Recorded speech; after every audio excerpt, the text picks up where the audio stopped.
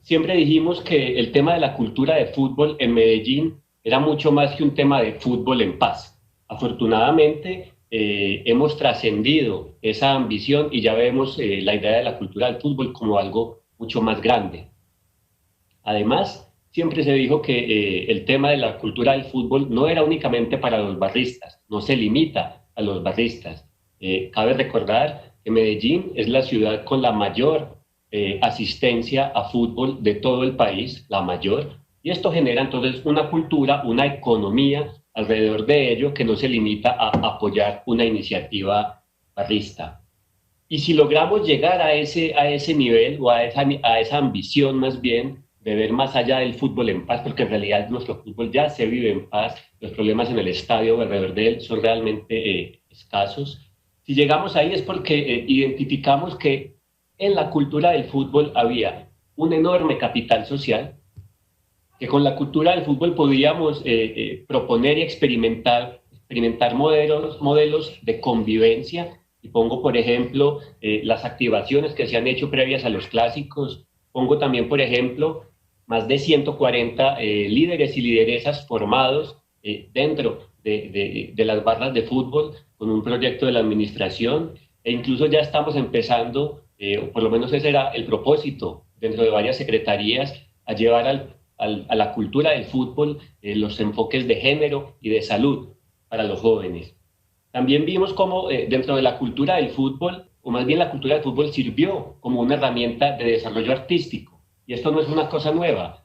Hace más de 10, 13 años tenemos en la ciudad proyectos apoyados por la administración de gran calidad técnica, que son La Murga del Indigente, la banda de músicos del Deportivo Independiente Medellín, o más bien de la Resistencia Norte, y el proyecto Con la Pelota en la Cabeza, que es el proyecto insignia, un proyecto literario de los del sur. Pero también hay temas nuevos dentro de lo que es la iniciativa cultural. Por ejemplo, en la administración pasada pusimos por primera vez las becas de creación artística con destino específico a la cultura del fútbol y salieron unas piezas bellísimas que retratan la historia y la identidad que se forja alrededor de la cultura del fútbol en la ciudad.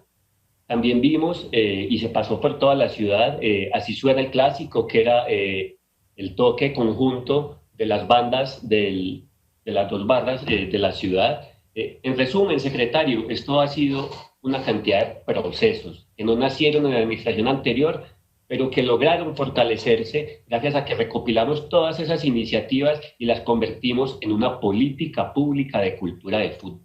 Una política pública de cultura del fútbol que fue además construida con la administración, con el consejo, con los barristas, con los clubes, incluso con la participación de algunos periodistas deportivos, de modo que no es una pequeña cosa aquella de la que estoy hablando. Unos procesos general que han tenido un impacto gigante en una cantidad de jóvenes que, por fortuna, ya cambiamos la visión que se tenía en la ciudad sobre ello.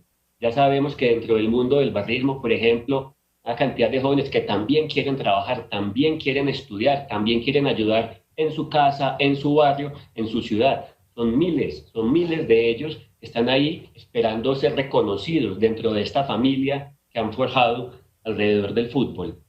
Todos esos procesos, señor General Acevedo, hoy en día parecen amenazados, corren el riesgo de verse truncados, porque en todo el plan de desarrollo, 400 páginas, no hay una sola mención, no hay una sola mención a la cultura del fútbol. Una cosa que, por demás hay que decirlo, es una política pública de la ciudad de obligatorio cumplimiento por parte de cualquier administración, porque así lo estipula la ley y porque así lo votamos en el Consejo de manera unánime hace 3 años.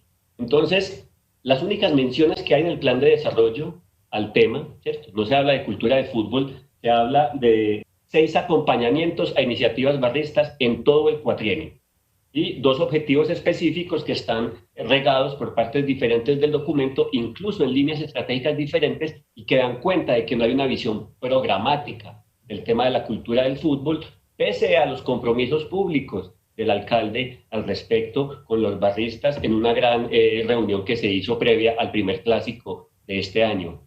General, usted fue comandante de la policía metropolitana, cuando empezamos con este proyecto de cultura del fútbol hace 4 años, usted fue escéptico al principio y terminó siendo un convencido de que esta es la forma. Usted lo ha manifestado varias veces.